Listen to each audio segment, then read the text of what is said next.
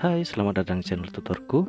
Pada pertemuan kali ini kita akan membahas mengenai materi kelas maya. Adapun tujuan pembelajaran untuk pertemuan kali ini adalah siswa mampu memahami, menjelaskan, dan mengaplikasikan konsep kelas maya dalam pembelajaran. Jadi, apa sih kelas maya itu? Ayo kita mulai mempelajarinya. Di era teknologi ini, pembelajaran tidak hanya dilakukan di ruang kelas, namun bisa dilakukan di mana saja atau kapan saja dengan menerapkan konsep kelas maya. Kelas maya adalah sebuah upaya untuk mendorong pembelajaran yang dilaksanakan kapan saja dan di mana saja dengan bantuan teknologi. Terdapat 6 potensi kunci dari pemanfaatan kelas maya dalam pembelajaran, yaitu yang pertama adalah konektivitas. Dalam kelas maya kita bisa mencari informasi di berbagai belahan dunia dengan memanfaatkan koneksi internet. Yang kedua ada yang disebut dengan fleksibilitas. Dalam kelas maya kita tidak hanya bisa belajar secara tatap muka saja, namun bisa belajar di mana saja dan kapan saja. Yang ketiga ada yang disebut dengan interaksi. Dalam kelas maya, evaluasi belajar atau umpan balik bisa didapatkan secara otomatis, sehingga tidak perlu menunggu lama untuk mengetahui hasil pembelajaran. Yang keempat ada yang disebut dengan kolaborasi.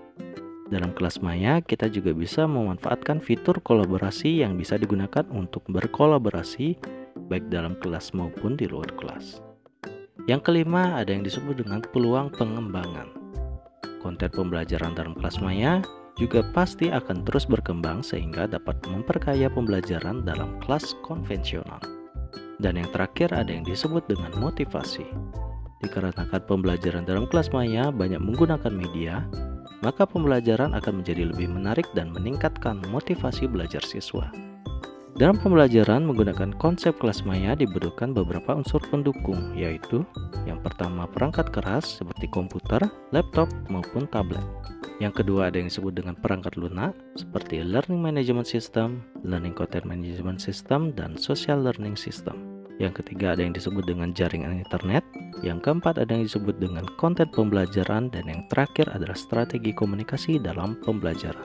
Adapun pengelolaan kelas maya dapat menggunakan berbagai aplikasi antara lain. Yang pertama ada yang disebut dengan Learning Management System atau yang sering disebut dengan LMS, adalah sebuah software atau perangkat lunak yang dipakai untuk perencanaan, pengiriman, dan juga pengolahan kegiatan pembelajaran. Yang kedua ada yang disebut dengan Learning Content Management System atau yang sering disebut dengan LCMS. LCMS bermanfaat untuk membuat, memperbarui, melakukan publikasi atau pengelolaan isi dari suatu sistem yang terorganisir di internet. Yang terakhir ada yang disebut dengan Social Learning Network atau yang sering disebut dengan SLN. Social Learning Network ini dipakai sebagai pembelajaran yang lebih luas dari kelompok pembelajaran karena memakai jejaring sosial. Nah, jadi sekian materi pengenalan singkat mengenai kelas maya. Untuk video pembelajaran berikutnya kita akan belajar tentang salah satu aplikasi kelas maya yaitu Google Classroom. Sampai jumpa pada video berikutnya. Remain curious and keep learning.